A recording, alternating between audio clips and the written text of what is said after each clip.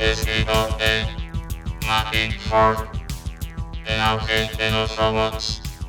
La tecnología y la amenaza de un futuro sin empleo. Capítulo 10. Hacia un nuevo paradigma económico. En una entrevista en CBS News, se le preguntó al presidente de Estados Unidos si la grave situación del desempleo mejoraría pronto. No hay una solución mágica, replicó. Incluso para quedarnos donde estamos debemos movernos con gran rapidez. Se refería a que la economía debía crear decenas de miles de empleos nuevos cada mes, tan solo para mantenerse al mismo nivel que el crecimiento poblacional e impedir que la tasa de desempleo creciera aún más. Señaló que tenemos una combinación de trabajadores mayores que han sido despedidos de su trabajo debido a la tecnología y de jóvenes que estarían ingresando con muy poca formación. El presidente propuso un recorte fiscal para estimular la economía, pero volvió a referirse una y otra vez al tema de la formación, en particular solicitando apoyo a programas de formación profesional y reciclado laboral. El problema, dijo, no se solucionaría solo.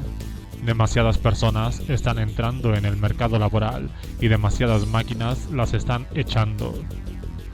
Las palabras del presidente expresan la suposición convencional y casi universal acerca de la naturaleza del problema del desempleo. La solución es siempre más formación.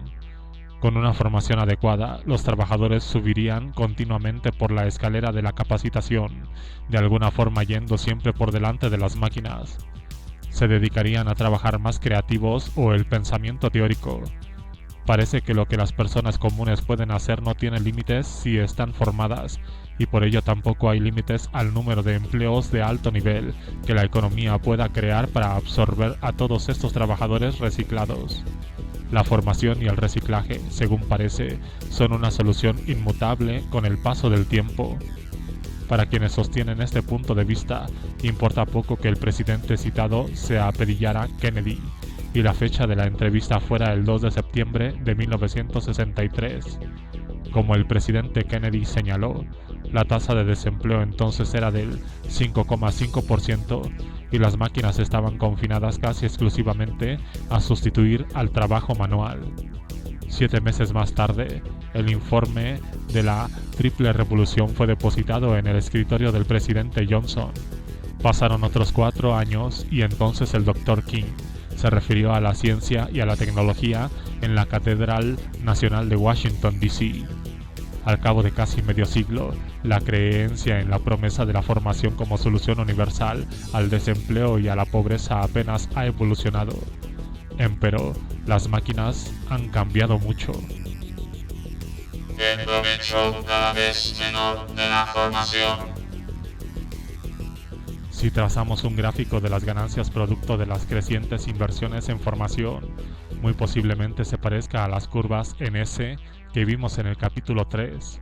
La promesa de mejorar la formación ya hace tiempo que ha quedado atrás. El porcentaje de estudiantes que acaban secundaria se ha estabilizado entre el 75 y un 80%. En décadas recientes, la mayoría de los resultados de los exámenes de evaluación muestran poca o ninguna mejora. Estamos en la meseta de la curva, donde los futuros progresos solo serán acumulativos en el mejor de los casos. Abundantes pruebas indican que muchos estudiantes que hoy asisten a centros de educación superior de Estados Unidos no están preparados académicamente para los estudios de este nivel o, en algunos casos, simplemente no sirven para estudiar. De ellos, una amplia proporción no obtendrá un título y, aún así, acabarán debiendo préstamos para estudiantes de enormes proporciones. De los que obtengan título, la mitad no conseguirá un empleo que realmente exija un nivel académico, independientemente de lo que diga la descripción del puesto de trabajo. En total, cerca del 20% de los títulos superiores de Estados Unidos se consideran sobrecualificados para su trabajo actual, y los ingresos medios para los recién titulados se han ido reduciendo durante más de 10 años. En Europa, donde muchos países ofrecen educación superior gratuita o muy barata, aproximadamente el 30% de los titulados están sobrecualificados para sus empleos. En Canadá, la cifra es del 27%. En China lo está un increíble 43%. En Estados Unidos, la creencia popular tiende a culpar a los alumnos y a los profesores. Se dice que los estudiantes universitarios dedican demasiado tiempo a sus amigos y muy poco al estudio. Eligen disciplinas fáciles en lugar de disciplinas técnicas más rigurosas. Aún así, hasta un tercio de los estudiantes estadounidenses que se titulan como ingenieros, científicos y técnicos no pueden encontrar un puesto de trabajo que aproveche su formación. Stephen Brin, sociólogo de la Universidad de California de Riverside, que ha escrito mucho acerca de la educación superior, sostiene que en las instituciones estadounidenses se licencian alumnos relativamente bien preparados para los empleos disponibles. Señala que algunos empleos demandan habilidades especializadas que solo pueden adquirirse en programas técnicos, pero la mayoría de los empleos son relativamente rutinarios. Lo esencial es seguir las directrices de los supervisores, y la confiabilidad y la constancia en el esfuerzo son muy valoradas. Concluye que en la universidad no se requiere trabajar con dedicación porque ello tampoco se requeriría en el empleo. En la mayoría de los trabajos, llegar a tiempo y cumplir con las tareas es más importante que lograr un rendimiento extraordinario. Difícilmente puede hallarse mejores palabras para describir las características de un empleo vulnerable a la automatización. La realidad es que otorgar más títulos superiores no incrementa la cantidad de puestos de trabajo profesionales, técnicos y directivos que la mayoría de los titulados desearían ocupar. En su lugar, a menudo el resultado es una inflación de títulos superiores. Muchas ocupaciones que antes solo requerían el título de secundaria ahora demandan licenciados con 4 años de carrera. Los másters se han convertido en las nuevas licenciaturas, y los títulos de centros que no pertenecen a la élite están devaluados. Estamos llegando a un límite fundamental en la preparación de las personas que acaban apiñadas en las universidades y en el número de empleos de alta cualificación que habrá para las que consigan titularse. El problema es que la escala de capacitación no es realmente una escala, es una pirámide y hay muy poco espacio en la cúspide. Históricamente, el mercado laboral siempre ha parecido una pirámide en cuanto a la capacitación de los trabajadores. En el vértice hay un grupo muy pequeño de profesionales y empresarios muy capacitados que han sido responsables de las tareas más creativas e innovadoras. La gran mayoría de los trabajadores siempre ha llevado a cabo actividades relativamente rutinarias y repetitivas. A medida que diversos sectores de la economía se han ido mecanizando o automatizando, los trabajadores han pasado de desempeñar trabajos rutinarios en un sector a hacerlo en otro. Quienes habrían trabajado en una granja en 1900 o en una fábrica en 1950, hoy escanean códigos de barras o reponen productos en estanteres de Walmart. En muchos casos, esta transición ha exigido más formación y capacitación, pero el trabajo ha seguido siendo esencialmente rutinario. Por lo tanto, históricamente se han dado una correspondencia razonable entre la clase de trabajo que la economía exige y la capacitación de la mano de obra. Sin embargo, está cada vez más claro que los robots, los algoritmos de aprendizaje y otras formas de automatización abarcarán gradualmente gran parte de la base de la pirámide laboral. Y dado que las aplicaciones de la inteligencia artificial irán invadiendo la mayoría de las ocupaciones cualificadas, con el tiempo se contraerá hasta el área segura en la cúspide de la pirámide. La creencia popular sostiene que, al invertir en más formación y capacitación, de algún modo lograremos concentrar a todos los trabajadores en esa ínfima zona de la cima. Pienso que suponer que esto es posible es como si creyéramos que a raíz de la mecanización de la agricultura la mayoría de los trabajadores desplazados encontrarán empleo conduciendo tractores. Las cifras simplemente no cuadran. La educación primaria y secundaria estadounidense, por supuesto, también sufre graves problemas. Los centros de secundaria de los barrios deprimidos presentan unos índices muy elevados de tasas de abandono escolar, y los niños de las zonas más pobres ya están en gran desventaja aún antes de entrar en el sistema educativo. Incluso si blandiéramos una varita mágica para darle a cada niño estadounidense una educación de la máxima calidad, ello solo entrañaría que más estudiantes pasarían de secundaria a la universidad para competir por el escaso número de empleos en la cima de la pirámide. Esto no quiere decir, desde luego, que no deberíamos usar la varita mágica. Deberíamos hacerlo, pero sin esperar que ello resolviera nuestros problemas. Huelga decir que la varita en cuestión no existe y que, aunque hay un consenso universal en que tenemos que mejorar nuestras escuelas, este solo se da a un nivel muy superficial. Si se comienza a hablar de dar más dinero a las escuelas, subvencionarlas, despedir malos maestros, pagar más a los buenos docentes, tener ciclos escolares más largos o dar vales para escuelas privadas, entonces deja de haber consenso y se tiene un tema políticamente intratable. El punto de vista contrario a la automatización. Otra solución frecuentemente planteada es intentar detener la automatización. En su expresión más contundente, eso supondría que un sindicato se opusiera a la instalación de máquinas nuevas en una fábrica, un almacén o un supermercado. Asimismo, hay un argumento intelectualmente más matizado que formula que demasiada automatización simplemente es mala para nosotros, incluso quizá peligrosa.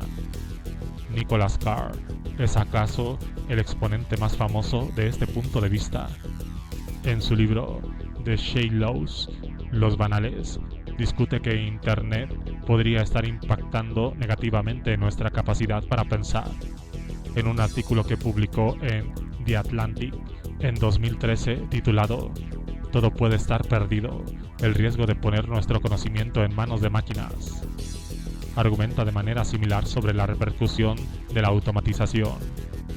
Carr se queja de que el ascenso de la automatización tecnocrática es la filosofía preponderante entre los programadores y expertos en informática, y cree que esta filosofía da más importancia a las capacidades de la tecnología que a los intereses de la gente.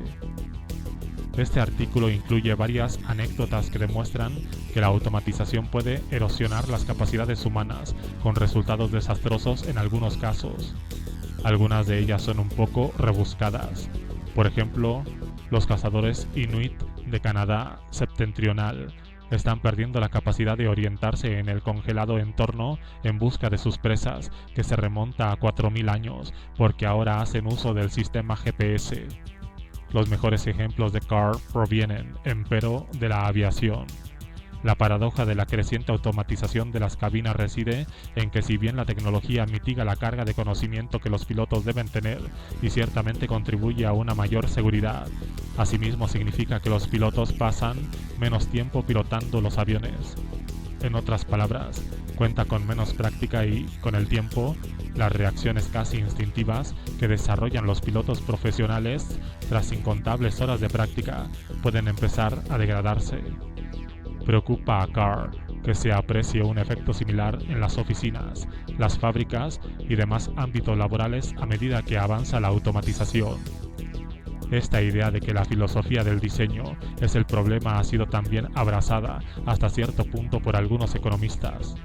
Por ejemplo, Eric Brynjolfsson del MIT ha propuesto un gran reto nuevo a empresarios, ingenieros y economistas para que inventen complementos, no sustitutos, del trabajo y reemplacen la mentalidad de automatizar y ahorrar trabajo por una mentalidad de hacer y crear. Supongamos que una empresa nueva acepta el reto de Brynjolfsson y contribuye un sistema de diseño específicamente para no prescindir del personal, y que un competidor diseña un sistema totalmente automatizado o que exige una máquina de intervención humana. Para que el sistema más orientado a las personas sea económicamente competitivo, tendrá que ser cierta una de dos premisas: o es mucho menos caro para compensar los costes laborales, o produce unos resultados tan superiores que brinda más valor a los consumidores y genera ingresos adicionales suficientes para que este coste extra parezca una inversión racional. Hay buenos motivos para ser escépticos con ambos escenarios en la mayoría de las circunstancias. En el caso de la automatización de empleos de cuello blanco, ambos sistemas se compondrían principalmente de software, de tal manera que no habría una importante diferencia de costes. Es posible que, en algunas áreas esenciales para el enfoque principal de una empresa, un sistema orientado a las personas pudiera suponer una ventaja importante y la capacidad de generar más ingresos a la larga. pero para la mayoría de las actividades rutinarias, donde simplemente asistir al trabajo es más importante que un rendimiento destacado, esto parece poco probable. Además, esta simple comparación de costes probablemente subestima la automatización. Cada trabajador nuevo que una empresa contrata añade una serie de costes periféricos. Cuantos más trabajadores se tienen, más directivos y más personal de recursos humanos se necesitan. Asimismo, los trabajadores necesitan oficinas, equipo y plazas de aparcamiento. Además, por otra parte, introducen incertidumbre. Enferman, trabajan mal, se toman vacaciones, se les estropea el coche, renuncian y en general presentan muchísimas problemáticas. Cada trabajador nuevo conlleva también una serie de posibles causas de responsabilidad civil, porque puede lesionarse en el trabajo o lastimar a alguien más. También existe el riesgo de que se dañe la reputación de la empresa. Si quiere ver cómo se vapulea a una gran marca, solo busque los resultados de la frase "servicio de mensajería pierde paquete" en Google. El quid de la cuestión es que, pese a toda la retórica acerca de los creadores de empleo, los empresarios racionales no desean contratar a más trabajadores, solo los contratan porque no tienen alternativa.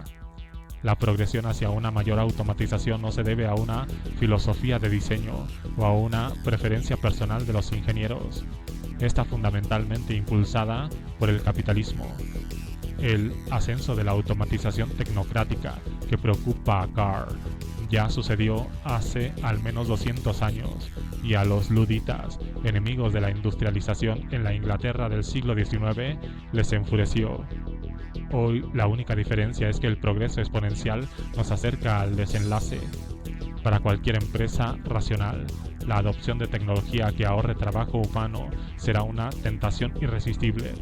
Para cambiar esto no será suficiente apelar a los ingenieros y diseñadores. Habrá que modificar los incentivos básicos de la economía de mercado.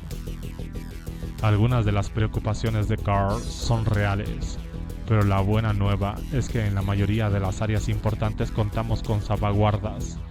Los ejemplos más dramáticos de riesgo ligados a la automatización son aquellos que amenazan vidas o pueden conducir a una catástrofe posible. De nuevo la aviación vuelve a la palestra. Aún así, estas áreas ya están sujetas a una amplia regulación. Durante años, la industria de la aviación ha sido consciente de la interacción entre la automatización de la cabina y los niveles de habilidad de los pilotos, y presumiblemente ha incorporado este conocimiento en sus procedimientos de entrenamiento. Sin duda, el historial de seguridad del sistema de aviación moderno es extraordinario.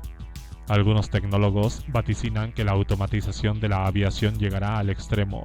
Por ejemplo, Sebastian Thrun contó hace poco en The New York Times que la profesión de piloto de aerolínea será cosa del pasado, en un futuro cercano.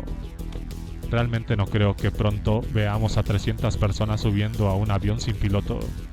La combinación de regulación, posible responsabilidad civil y la simple aceptación por parte de la sociedad ciertamente tendrá algunas consecuencias negativas en ocupaciones directamente ligadas a la seguridad pública.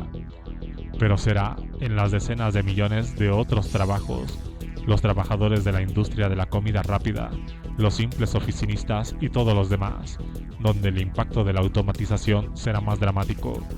En dichas áreas, un posible fallo técnico o un error personal acarrearían consecuencias mucho menos espectaculares, y hay relativamente pocas barreras hacia una automatización plena impulsada, claro está, por incentivos del mercado.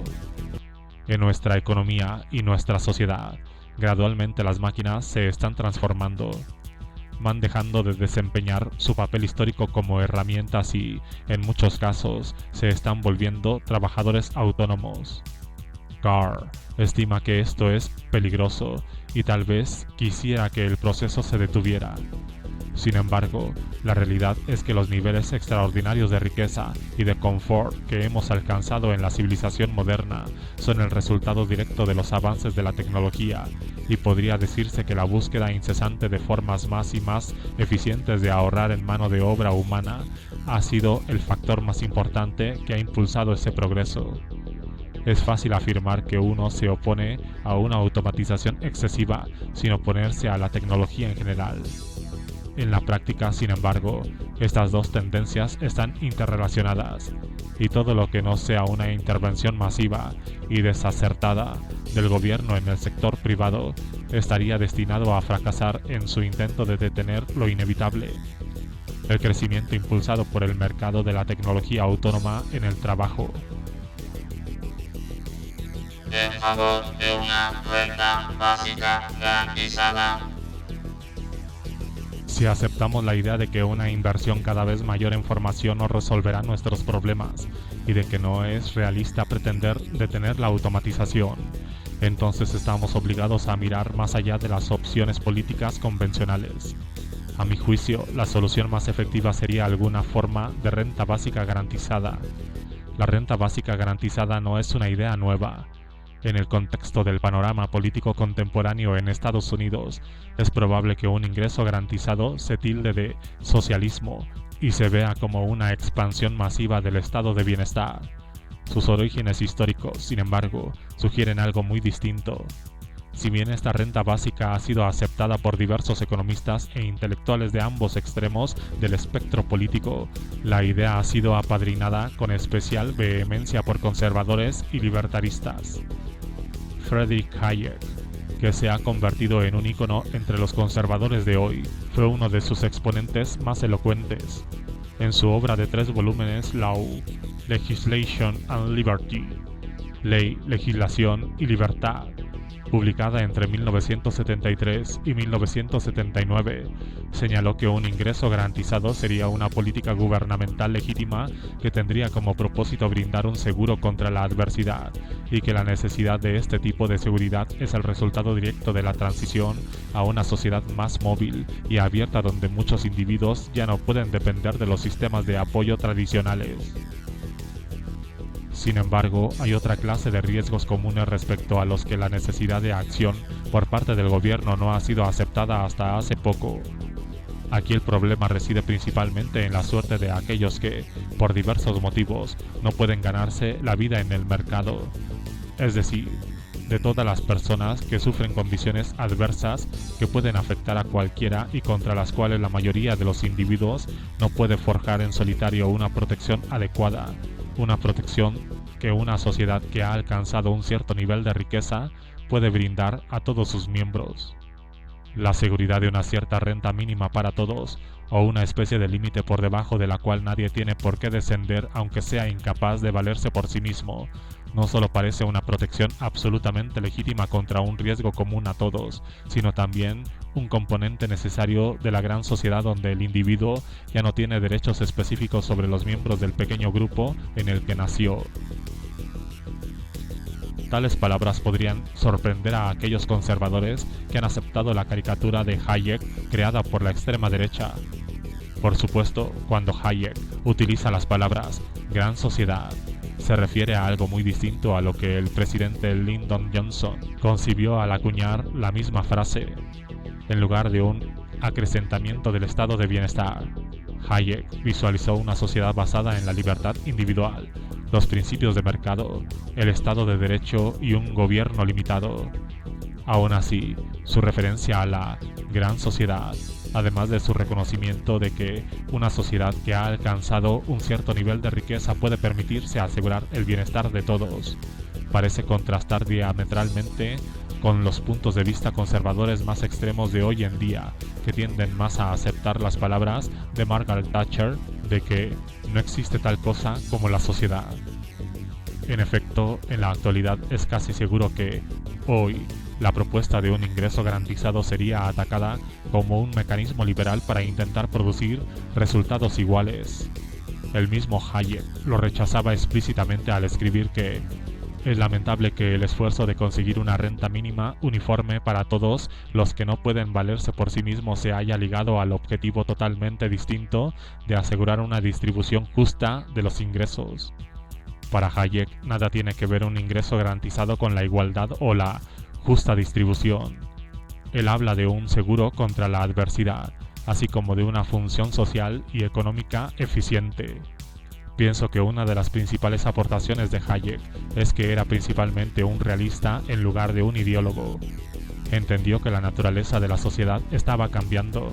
Las personas habían abandonado las granjas, donde eran mayormente autosuficientes, para ir a las ciudades, donde dependían de los empleos, y la familia extendida se estaba disolviendo, forzando a los individuos a afrontar mayores riesgos. No tenía problema con que el gobierno ayudara a asegurar a las personas contra dichos riesgos. Su idea de que el papel del gobierno puede cambiar con el tiempo se aplica, desde luego, a los retos a los que hoy nos enfrentamos. El argumento conservador a favor de una renta básica se centra en el hecho de que proporciona una red de seguridad al tiempo que respeta la libertad de elección individual.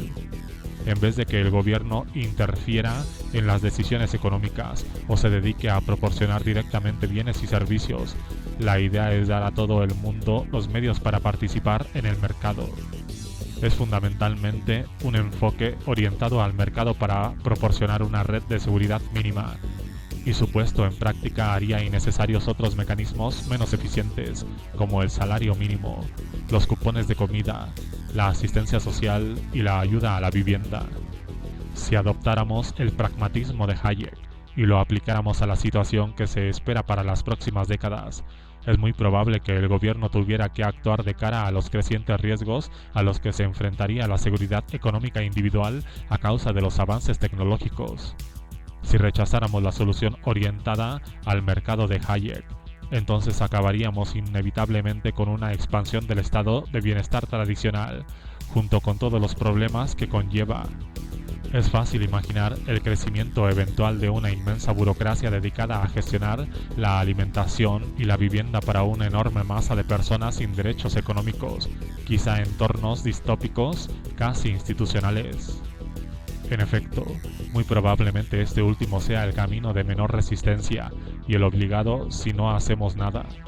Una renta básica sería eficiente y acarrearía costes administrativos relativamente bajos. En cambio, una expansión de la burocracia del estado de bienestar sería mucho más cara y su impacto mucho más desigual. Casi con toda seguridad ayudaría a menos personas, pero crearía muchos empleos tradicionales, algunos de los cuales serían muy lucrativos. También habría muchísimas oportunidades para que contratistas privados aprovecharan la ocasión. Estos beneficiarios de élite, administradores de alto nivel o ejecutivos de empresas privadas, seguramente ejercerían una fuerte presión política para que las cosas siguieran por este camino. Por supuesto, actualmente ya hay muchos ejemplos de esto. Grandes programas de armamento que el Pentágono no desea están protegidos por el Congreso porque generan unos cuantos empleos en relación a su enorme coste y forran de ganancias a grandes corporaciones. Estados Unidos tiene nada más y nada menos que 2.400.000 personas encerradas en cárceles y prisiones, una tasa de encarcelamiento per cápita que triplica la de cualquier país y es más de 10 veces la de países avanzados como Dinamarca, Finlandia o Japón. En 2008, cerca del 60% de estas personas habían sido encarceladas por delitos sin violencia y el coste anual de mantenerlas en la cárcel era de unos $26.000 por persona. Élites poderosas, incluyendo por ejemplo a sindicatos de personal carcelario y a ejecutivos de grandes corporaciones que operan en muchas prisiones, están muy interesados en que Estados Unidos siga por este camino. Para los progresistas, un ingreso garantizado sería más fácil de vender en el actual clima político. A pesar del argumento contrario de Hayek, es probable que muchos liberales adoptarían la idea como método para lograr una mayor justicia económica y social. Una renta básica podría convertirse en una especie de algoritmo de fuerza bruta que aliviaría la pobreza y mitigaría la desigualdad de ingresos. Por decreto presidencial, la indigencia y la pobreza extrema en Estados Unidos podría ser erradicadas. La cuestión de los incentivos. El factor más importante para diseñar un plan viable de ingresos garantizados es que cuente con unos incentivos correctos. El objetivo sería proporcionar una red de seguridad universal, así como complementar los ingresos bajos, pero sin desincentivar el trabajo ni la productividad. Los ingresos serían relativamente mínimos. suficientes para cubrir las necesidades básicas, pero no para vivir holgadamente. Asimismo, se ha propuesto que se fije al inicio un nivel de ingresos por debajo del mínimo necesario e incrementarlo gradualmente después de examinar el impacto del programa. La puesta en práctica de un ingreso garantizado puede abordarse de dos formas: abonar una renta básica incondicional a cada ciudadano adulto, independientemente de que goce de otros ingresos, o abonar una renta básica garantizada u otras variantes como un impuesto negativo sobre la renta, solo a personas que se hallen en el nivel inferior de la distribución de la renta, que dejaría de abonarse en la medida en que sus ingresos aumentaran. Si bien la seguridad alternativa es obviamente menos cara, conlleva el peligro de generar unos incentivos perversos. Si el ingreso garantizado se concediera en función de unos niveles de ingresos relativamente bajos, los beneficiarios verían que sus ingresos adicionales se gravarían fiscalmente a unos extremos que podrían ser confiscatorios. En otras palabras, podrían caer en una trampa de pobreza, al haber poco o ningún beneficio en trabajar con más afán. Tal vez el peor ejemplo de esto se observa en las pensiones de invalidez de la Seguridad Social estadounidense, a las que muchas personas intentan recurrir como si fueran una especie de ingresos garantizados cuando ya no tienen más opciones. Cuando una persona recibe una pensión de invalidez, cualquier intento de trabajar le supondría el peligro de perder tanto la pensión como las prestaciones médicas que la acompañan. El resultado es que prácticamente nadie que entre en este programa vuelve a trabajar. Claramente, si un ingreso garantizado se concediera en una función de una evaluación de los recursos, tendría que situarse en un nivel relativamente alto, de preferencia en el nivel de la clase media. Quien renunciara a otras oportunidades de obtener ingresos se enfrentaría a un gran dilema. Otra buena idea sería diferenciar entre ingresos activos y pasivos. Un ingreso garantizado podría dar lugar a una evaluación de recursos que fuera agresiva contra ingresos pasivos como una pensión, una renta por inversiones o la seguridad social. Ingresos activos como sueldos por trabajo o ingresos por un negocio pequeño no serían objeto de una evaluación de recursos, o esta se daría a un nivel mucho más alto. Esto aseguraría un incentivo constante para que todo el mundo trabajara tanto como pudiera, en función de las oportunidades disponibles. Un programa de ingreso garantizado crearía a su vez incentivos más útiles para los individuos y sus familias. En su libro In Our Hands, A Plan to Replace the Welfare State, En nuestras manos, un plan para sustituir el estado de bienestar, publicado en 2006, el sociólogo conservador Charles Murray argumentó que el ingreso garantizado daría más oportunidades de contraer matrimonio a los hombres sin educación superior. Este grupo ha sido el más golpeado por la tecnología y la deslocalización. Un ingreso garantizado podría incrementar el número de matrimonios entre los grupos de bajos ingresos, en tanto que ayudaría a reducir el número de hogares monoparentales. Desde luego, esto asimismo haría más viable que un padre o una madre eligiera quedarse en casa para cuidar de los hijos. Estas cosas podrían atraer a personas de todo el espectro político. Aparte de esto, pienso que hay razones muy persuasivas para incorporar algunos incentivos explícitos a un programa de renta básica. Los más importantes se orientarían a la educación, especialmente a nivel medio. Datos recientes indican que sigue habiendo un fuerte incentivo económico para obtener un título universitario.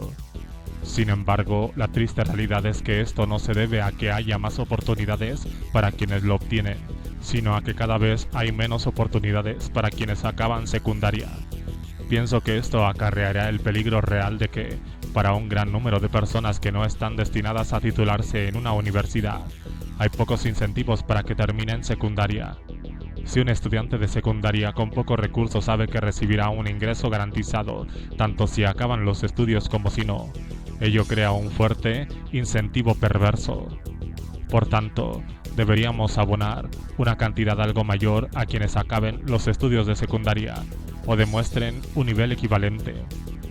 La idea general es que deberíamos valorar la educación como un bien público. Todos nos beneficiamos cuando quienes nos rodean están mejor formados. Esto conduce generalmente a una sociedad más civilizada, así como a una economía más productiva. Si estamos destinados a entrar en una era en la cual el trabajo tradicional se haga más escaso, entonces una población más formada se hallaría en una mejor posición para usar constructivamente su tiempo libre. La tecnología está creando muchas oportunidades para dedicar tiempo a actividades productivas. Wikipedia se debe a incontables horas de trabajo de colaboradores que no cobran. El movimiento de software libre ofrece otro ejemplo. Muchos emprenden pequeños negocios en línea a fin de complementar sus ingresos. Pero para participar exitosamente en dichas actividades es necesario tener un nivel mínimo de formación. También se podrían ofrecer otros incentivos. Por ejemplo, abonar más ingresos a quienes se ofrezcan como voluntarios para servicios a la comunidad o participen en proyectos medioambientales. Cuando sugerí establecer incentivos explícitos de esta clase en mi libro, Las luces en el túnel, recibí muchas críticas de lectores libertarios que se oponían vehementemente a la idea de un estado niñera. No obstante, pienso que hay incentivos básicos. El más crucial es la formación, con los que todos podemos estar de acuerdo. La idea esencial es reproducir, aunque sea artificialmente, algunos incentivos ligados a los empleos tradicionales. En una época en la cual una mayor educación no siempre llevaría a una carrera ascendente, es importante que se asegure que todos tengamos un motivo imperativo para al menos terminar secundaria. Incluso Ayn Rand, si hubiera sido racional, habría advertido el beneficio personal de estar rodeada de personas con un nivel educativo mayor y con más opciones para usar su tiempo libre de una manera constructiva. El mercado como recurso renovable. Aparte de la necesidad de proporcionar una red básica de seguridad, pienso que al ingreso garantizado le asiste un poderoso argumento económico. Como hemos visto, la desigualdad que la tecnología impulsa amenazará el consumo en capas amplias de la sociedad. A medida que el mercado laboral se contraiga y se estanque o desciendan los sueldos, el mecanismo que coloca poder adquisitivo en manos de los consumidores empezará a fallar, menoscabando la demanda de bienes y servicios. Para visualizar el problema, me parece útil concebir los mercados como recursos renovables. Imagínese el mercado de consumo como un lago lleno de peces. Cuando una empresa vende bienes y servicios es como si atrapara peces. Cuando paga sueldos a sus empleados es como si devolviera peces al lago. A medida que avanza la automatización y desaparecen los empleos, cada vez se devuelven al lago menos peces. Nuevamente hay que tener en cuenta que casi todas las industrias más importantes dependen de atrapar grandes cantidades de peces de tamaño medio. Una creciente desigualdad dará como resultado un pequeño número de peces muy grandes, pero desde el punto de vista de la mayoría de las industrias de bienes de consumo, esto no valen mucho más que los peces de tamaño normal. Un multimillonario no va a comprar 1000 teléfonos móviles, ni 1000 coches, ni 1000 cenas en restaurantes. Esto es lo que se llama un problema clásico de tragedia de los comunes. La gran mayoría de los economistas estarán de acuerdo en que una situación de este tipo exigiría alguna forma de intervención gubernamental. Como no la hay, tampoco hay incentivos individuales para hacer nada más salvo capturar la mayor cantidad posible de peces. Los pescadores reales pueden entender claramente que su lago u océano está siendo saqueado y que por ello su supervivencia podría estar amenazada, pero de todos modos zarparán todos los días a maximizar su pesca porque saben que sus competidores harán lo mismo. La única solución viable es que alguna autoridad reguladora intervenga para imponer límites. En el caso del mercado de consumo no queremos limitar el número de peces virtuales que las empresas pueden atrapar. Mejor aún, deseamos que haya cada vez más peces. Un ingreso garantizado es una forma muy efectiva de hacerlo. El ingreso otorga directamente poder adquisitivo a los consumidores con ingresos bajos y medios. Si contemplamos el futuro y suponemos que las máquinas eventualmente reemplazarán el trabajo humano a nivel sustancial, me parece que alguna forma de redistribución directa del poder adquisitivo se vuelve esencial si se desea que continúe el crecimiento económico. En un ensayo acerca del futuro del crecimiento económico estadounidense, publicado en mayo de 2014, los economistas John G. Fernald y Charles E. Jones especulan con que los robots podrían sustituir a los trabajadores cada vez más en la producción de mercancías. Ellos sugieren que, en el límite, si el capital pudiera reemplazar al trabajo por completo, se dispararían los índices de crecimiento y los ingresos se volverían infinitos en un tiempo finito. Me parece que esto no tiene sentido. Es la clase de resultado que se obtiene cuando se meten números en una ecuación sin haber pensado en las implicaciones. Si las máquinas sustituyen a los trabajadores, entonces nadie tendrá empleo ni ingresos procedentes del trabajo. La inmensa mayoría de los consumidores no tendrían poder adquisitivo. Por tanto, ¿cómo podría la economía crecer? Tal vez un mínimo porcentaje de personas con mucho capital se encargarían de todo el consumo, pero tendrían que consumir continuamente bienes y servicios de inmenso valor para que la economía global pudiera seguir creciendo. Y esto, desde luego, es el escenario de tecnofeudalismo que abordamos en el capítulo 8, lo que nos representa un desenlace halagüeño. Sin embargo, hay un punto de vista más optimista. Tal vez se pueda decir que el modelo matemático que usa Fernald y Jones presuponga algún mecanismo que no sean los ingresos provenientes del trabajo para distribuir el poder adquisitivo. Si se implementara alguna forma de ingreso garantizado, y si esos ingresos aumentaran a fin de respaldar un crecimiento económico sostenido, entonces tendría sentido la idea de que el crecimiento y los ingresos podrían dispararse. Esto no sucedería automáticamente. El mercado no va a resolver las cosas por sí solo. Se necesitaría un replanteamiento fundamental de nuestras reglas económicas. Pienso que considerar los mercados o toda la economía como un recurso funciona a sí mismo desde otra perspectiva. En el capítulo 3 decía que las tecnologías que transformarían el mercado de trabajo provienen de un esfuerzo acumulado durante generaciones y que ha implicado a numerosos individuos, además de que ha sido financiado por los contribuyentes. Hasta cierto punto, puede argumentarse que todos estos avances acumulados, así como las instituciones políticas y económicas que hacen posible una dinámica económica de mercado, son en realidad un recurso que pertenece a todos los ciudadanos. Un término que se emplea a menudo en lugar de ingreso garantizado es dividendo ciudadano, el cual me parece que expresa muy bien el argumento de que todos deberíamos reivindicar, al menos mínimamente, la prosperidad económica de una nación. El efecto Bertelsmann y la toma de riesgos económicos. En 1975, Sam Bertelsmann, economista de la Universidad de Chicago, publicó un estudio en el cual señalaba que las normas para mejorar la seguridad de los automóviles no habían reducido significativamente las muertes por accidente en las carreteras. La razón, decía, era que los conductores compensaban el aumento de seguridad arriesgándose más. El efecto de Bertelsmann ha sido demostrado en diversas áreas. Por ejemplo, los parques de recreo infantiles se han vuelto muy seguros. Se han eliminado los toboganes y las estructuras de trepar y se han instalado superficies acolchadas sin que ello haya repercutido, de acuerdo con algunos estudios, en una disminución sustancial en la incidencia de fracturas o visitas a las salas de urgencias. Otros observadores han señalado el mismo fenómeno en el paracaidismo. El equipo ha mejorado extraordinariamente y es mucho más seguro, pero la tasa de mortalidad sigue siendo la misma, pues los paracaidistas compensan estas mejoras arriesgándose cada vez más. El efecto Bertelsmann es invocado típicamente por economistas conservadores que se oponen a cualquier aumento de la regulación gubernamental.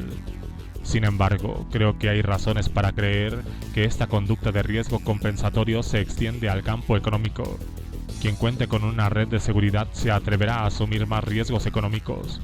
Si alguien tiene una buena idea para un negocio, es muy probable que se atreva a renunciar a un empleo seguro y ceda al espíritu emprendedor si sabe que puede contar con un ingreso garantizado. Igualmente, puede decidir abandonar un empleo seguro que le ofrece pocas oportunidades para el crecimiento personal y ocupar un puesto menos seguro en una empresa que empieza. Un ingreso garantizado ofrecería un colchón económico para todo tipo de actividad empresarial, desde la persona que crea un negocio en internet o monta un restaurante u otro negocio familiar, hasta el pequeño ganadero o granjero que se enfrenta a una sequía.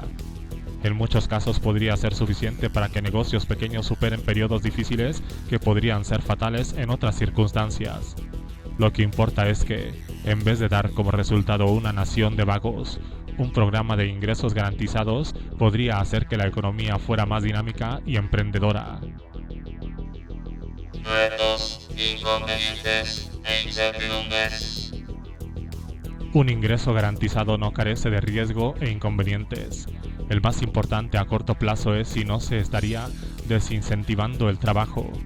Aunque las máquinas parecen claramente destinadas a realizar cada vez más trabajos, sin duda la economía dependerá muchísimo del trabajo humano en el futuro cercano. A fecha de hoy, no hay ejemplos de la implementación de esta política a escala nacional. Desde 1976, el estado de Alaska abandonó un modesto dividendo anual financiado por los ingresos procedentes del petróleo. Recientemente las cantidades han oscilado entre $1,000 y $2,000 por persona. Tienen derecho a percibir este dividendo tanto los adultos como los niños, y la cantidad total puede significar mucho dinero para una familia.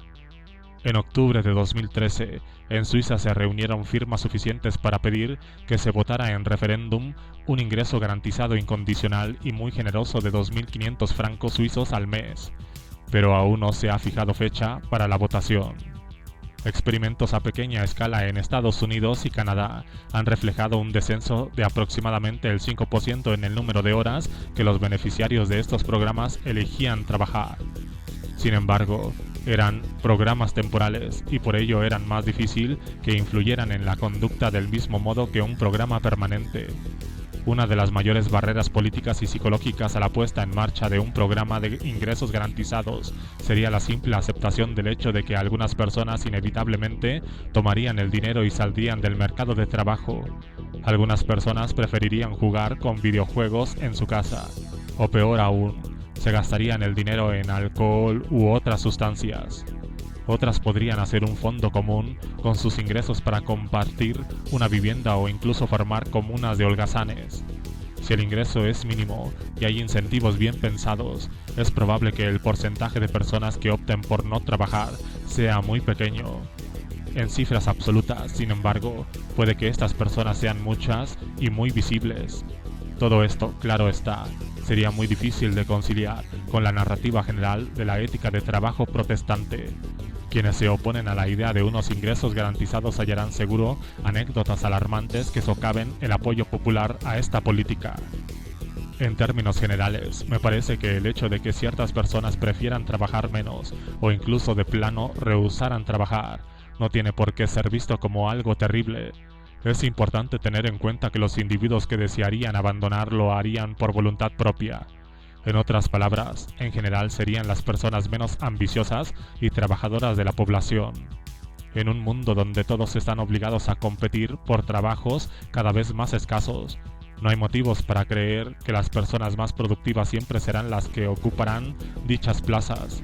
Si algunas personas trabajan menos o dejan de hacerlo por completo, los sueldos de aquellos que han decidido trabajar podrían aumentar un poco. El hecho de que los ingresos han estado estancados durante décadas es, después de todo, uno de los principales problemas que intentamos abordar. No veo nada especialmente distópico en ofrecer a algunas personas relativamente improductivas una renta básica como incentivo para abandonar el mercado de trabajo, siempre y cuando esto dé como resultado más oportunidades y mayores ingresos para quienes desean trabajar de firme y mejorar su situación. Aun cuando nuestro sistema de valores celebra la producción, es importante tener en cuenta que el consumo es asimismo una función económica esencial. La persona que tome la renta básica y abandone el mercado laboral se convertirá en un consumidor para el emprendedor que haya montado un pequeño negocio en el mismo vecindario, y ese emprendedor, desde luego, recibirá la misma renta básica. Un aspecto final es que la mayoría de los errores políticos al implementar un programa de ingreso garantizado eventualmente deberían corregirse por sí solos. Si el ingreso fuese inicialmente demasiado generoso y desincentivara el trabajo, podría suceder una de dos cosas. O la tecnología automática avanzaría lo suficiente para compensar la mengua en la producción. En tal caso no habría problema. O se produciría una escasez de mano de obra y un aumento de la inflación. Un aumento general de los precios devaluaría la renta básica y volvería a generar un incentivo para complementarlo con un trabajo. A menos que los políticos hicieran algo realmente erróneo, como por ejemplo adaptar automáticamente el ingreso al aumento del coste de la vida. Cualquier brote inflacionario sería probablemente breve y la economía hallaría luego un nuevo equilibrio. Más allá de los retos y riesgos políticos asociados a una desincentivación general para trabajar, queda la cuestión del impacto que la renta básica tendría en los costes de las viviendas en zonas de rentas altas. Imagínese que se le otorgaran a cada habitante de una ciudad como Nueva York, San Francisco o Londres unos $1,000 adicionales al mes. Es casi seguro que una gran parte de ese aumento, o quizá todo, acabará en los bolsillos de los propietarios de inmuebles cuando vieran que las personas compiten por unas viviendas escasas. Para este problema no hay una solución sencilla. Una podría ser el control de alquileres, pero ello conlleva muchos inconvenientes que ya están muy documentados. Muchos economistas han propuesto suavizar las normas de edificación para que se pueda construir viviendas más densamente, pero ello seguro que va a ocasionar oposición entre los residentes existentes. Sin embargo, se observa una fuerza contraria. A diferencia de un puesto de trabajo, un ingreso garantizado sería móvil. Muy posiblemente algunas personas tomarían sus ingresos y se marcharían de zonas caras en busca de un menor coste de vida. Podría darse un flujo de nuevos residentes hacia ciudades en decadencia como Detroit, y otras personas quizá evitarían por completo las ciudades. Un programa de renta básica podría revitalizar muchos de los pequeños pueblos y áreas rurales que pierden población porque ya no ofrecen trabajo. En efecto, pienso que el posible impacto económico positivo en áreas rurales podría ser un factor que ayudaría a que un programa de ingresos garantizados fuera atractivo para los conservadores en Estados Unidos. La política inmigratoria sería otra área que se tendría que ajustar si se implementara un programa de ingreso garantizado. Muy posiblemente la inmigración y cualquier vía posterior para obtener la ciudadanía y tener derecho a percibir este ingreso tendría que limitarse o tal vez habría que imponer un largo periodo de espera a los nuevos ciudadanos. Todo esto, desde luego, añadiría complejidad e incertidumbre a una problemática política que ya es motivo de una gran polarización. Costear una renta básica. Si Estados Unidos otorgara a cada adulto de entre 21 y 65 años, así como a aquellos de más de 65 que no cobran una pensión o una jubilación de la Seguridad Social, un ingreso incondicional de $10,000 anuales, el programa costaría aproximadamente $2 billones. Esta cantidad podría reducirse un poco si se eliminara el derecho a percibir este ingreso a ciudadanos estadounidenses y acaso a quienes rebasen cierto límite de ingresos. Como he propuesto antes, sería importante fijar este límite en un nivel elevado de ingresos para evitar la trampa de la pobreza. El coste total se compensaría reduciendo o eliminando numerosos programas federales y estatales contra la pobreza, como los cupones de alimentos, los subsidios sociales, las ayudas a la vivienda y la Earned Income Tax Credit, una especie de impuesto negativo sobre la renta del que hablaré con más detalle a continuación. El coste de estos programas ascienden a $1 billón al año. En otras palabras, una renta básica anual de $10,000 exigiría $1 billón en ingresos fiscales adicionales, o quizá bastante menos si se eligiera algún tipo de renta mínima garantizada. Esa cantidad se reduciría aún más, empero, con el aumento de los impuestos recaudados, a consecuencia del plan, porque la renta básica también sería tributable y seguramente sacaría a muchas familias del notorio 47% de la población que no paga el impuesto federal sobre la renta. La mayoría de los hogares con ingresos bajos gastaría casi toda su renta básica y esto llevaría a una mayor actividad económica tributable. En vista de que los avances tecnológicos posiblemente den lugar a más desigualdad socavando al mismo tiempo el consumo entre amplios sectores sociales, una renta garantizada bien podría traer consigo un incremento muy importante del índice de crecimiento económico a largo plazo, y ello, claro, supondrá mucho más recursos fiscales. Y puesto que la renta básica mantendría un flujo constante de poder adquisitivo hacia los consumidores, actuaría como un poderoso estabilizador económico que permitiría que la economía evitara algunos de los costes asociados a recesiones profundas. Aunque todos estos efectos serían difíciles de cuantificar, pienso que, hasta cierto punto, la renta básica se pagaría por sí sola. Además, con el tiempo las ganancias económicas de su aplicación aumentarían a medida que la tecnología avanzara y la economía se volviera cada vez más intensiva en capital. Huelga decir que recabar fondos suficientes supondría un enorme desafío en el actual clima político, ya que a todos los políticos estadounidenses les aterra hasta musitar la palabra impuesto, a menos que siga a la palabra recorte. El enfoque más viable podría ser utilizar diversos impuestos. Un candidato evidente sería el impuesto sobre las emisiones de carbono, el cual podría recaudar hasta $100.000 millones anuales, al tiempo que ayudaría a reducir las emisiones de gases de efecto invernadero. Ya se ha propuesto un impuesto sobre el carbono que no incida en la recaudación tributaria con una devolución a cada hogar, el cual podría servir como punto de partida para una renta básica. Otra alternativa sería un impuesto sobre el valor añadido, IVA. Estados Unidos es el único país avanzado que aún no ha aplicado este impuesto que, en esencia, es un impuesto al consumo que grava cada paso del proceso productivo. El IVA se pasa a los consumidores como parte del precio final de venta de bienes y servicios, y se considera un medio muy eficiente para recaudar más impuestos. Hay muchas otras posibilidades, como aumentar el impuesto sobre sociedades, o eliminar métodos de fraude fiscal, algún tipo de impuesto nacional sobre el patrimonio, aumentar los impuestos sobre los beneficios y un impuesto a las transacciones financieras. Parece inevitable que el impuesto sobre la renta personal también tenga que aumentar, y una de las mejores maneras de hacerlo es hacer que el sistema sea más progresivo. Una de las implicaciones de la creciente desigualdad es que las rentas tributales llegan cada vez más a la cima de la pirámide. Nuestra estructura fiscal debe ser reformulada para reflejar la distribución de la renta. En lugar de elevar los impuestos a todos los grupos sociales o a los más ricos, una estrategia mejor sería producir nuevos tramos fiscales a fin de recaudar más ingresos de los contribuyentes más ricos, quizá los que ganan $1 o más millones al año. Todos somos capitalistas. Aun cuando creo que alguna forma de renta básica es probablemente la mejor solución ante el auge de la tecnología de la automatización, puede plantearse otras ideas viables. Una de las propuestas más comunes es concretarse más en la riqueza que en los ingresos.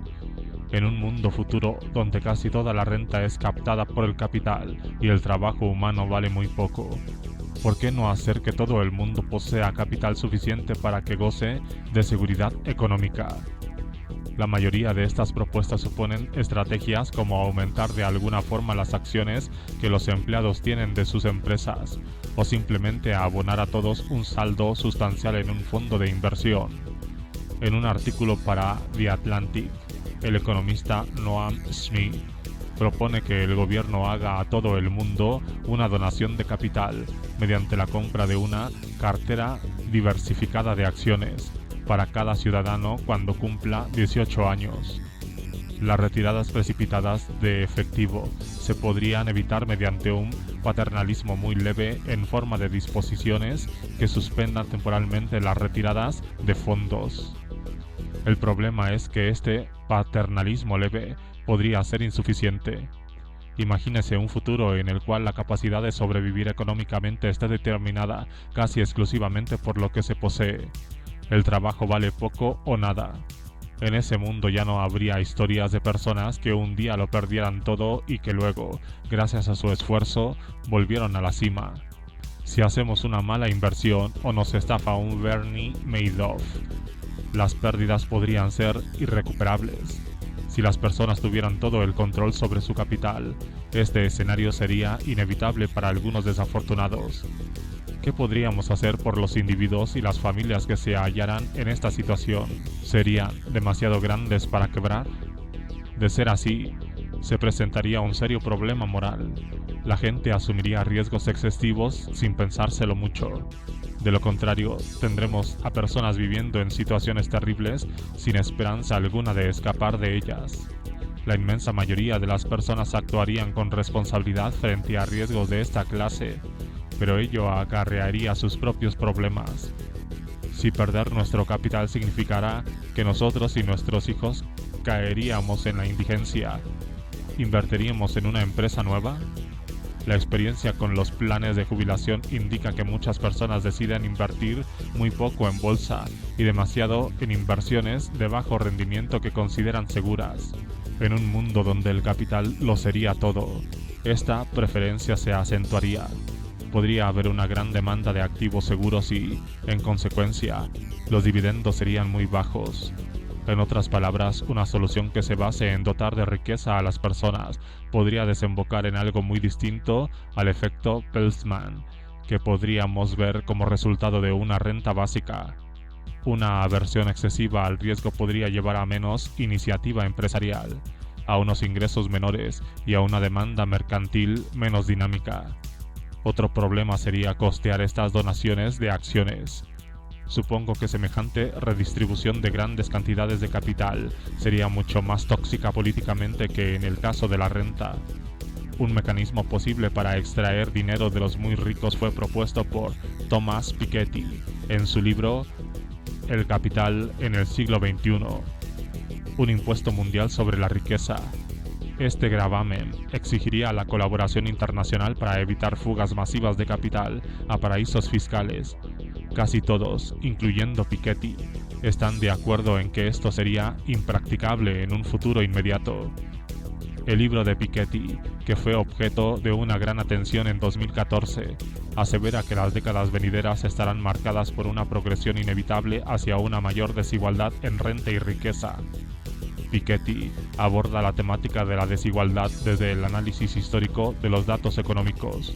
Su tesis central es que el rendimiento del capital suele ser mayor que la tasa general de crecimiento económico, de modo que la propiedad de capital se convierte inevitablemente en una porción cada vez mayor del pastel económico. Se muestra sorprendentemente poco interesado en las tendencias que he examinado aquí. En efecto, la palabra robot solo aparece en una de casi 700 páginas del libro. Si la teoría de Piketty es correcta y ha sido muy debatida, me parece que los avances tecnológicos amplificarían mucho sus conclusiones, muy posiblemente provocando en el futuro mayores niveles de desigualdad que los que predice su modelo.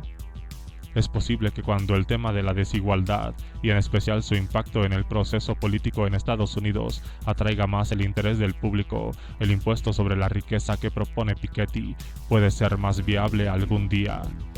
De ser así, me parece que en lugar de redistribuir el capital entre los individuos, sería mejor establecer un fondo soberano de riqueza con gestión centralizada, semejante al fondo de Alaska, y luego usar los beneficios resultantes para financiar una renta básica. Políticas a corto plazo. Aunque establecer una renta básica garantizada seguiría siendo políticamente inviable en el futuro inmediato, algunas medidas podrían ser útiles a corto plazo. Muchas de estas ideas son políticas económicas muy genéricas dirigidas a propiciar una sólida recuperación tras la gran recesión. En otras palabras, hay cosas que deberíamos estar haciendo en todo caso, independientemente de cualquier preocupación por el impacto de los robots o la automatización en los empleos. De inmensa importancia es entender la necesidad crítica de inversiones en infraestructuras públicas en Estados Unidos. Urge reparar y modernizar carreteras, puentes, escuelas y aeropuertos. Este mantenimiento se deberá llevar a cabo tarde o temprano. No hay manera de evitarlo y cuanto más esperemos, más costará. Hoy, el gobierno federal estadounidense puede endeudarse con una tasa de interés cercana a cero, y el índice de desempleo entre los obreros de la construcción sigue siendo de 2 cifras. No aprovechar esta oportunidad y no hacer las inversiones necesarias mientras el coste sea bajo, será juzgado algún día como una negligencia económica de la peor clase. Aún veo con escepticismo que las políticas dirigidas a mejorar la educación y la formación profesional puedan ofrecer una solución sistemática y a largo plazo al problema del desempleo provocado por los avances tecnológicos, y es evidente que hay varias cosas que se pueden hacer para mejorar el futuro inmediato de estudiantes y trabajadores. Probablemente no podamos cambiar la realidad de que solo habrá una cantidad limitada de empleos en la cúspide de la pirámide de la capacitación. Sin embargo, sí que podemos abordar la cuestión de los trabajadores sin la capacitación necesaria para las oportunidades que aún existen. Sobre todo, hace falta más inversión en centros de formación profesional avanzada.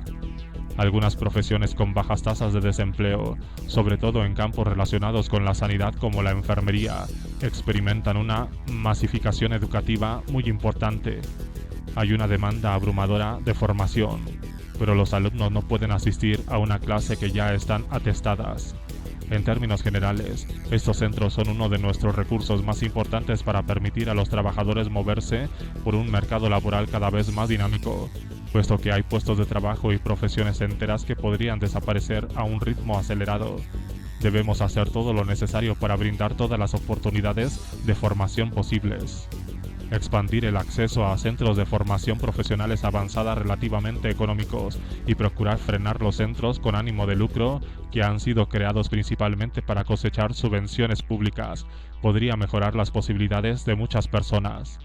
Como se vio en el capítulo 5, los cursos gratuitos por Internet y otras innovaciones educativas en línea podrían tener un impacto significativo en las oportunidades de formación profesional.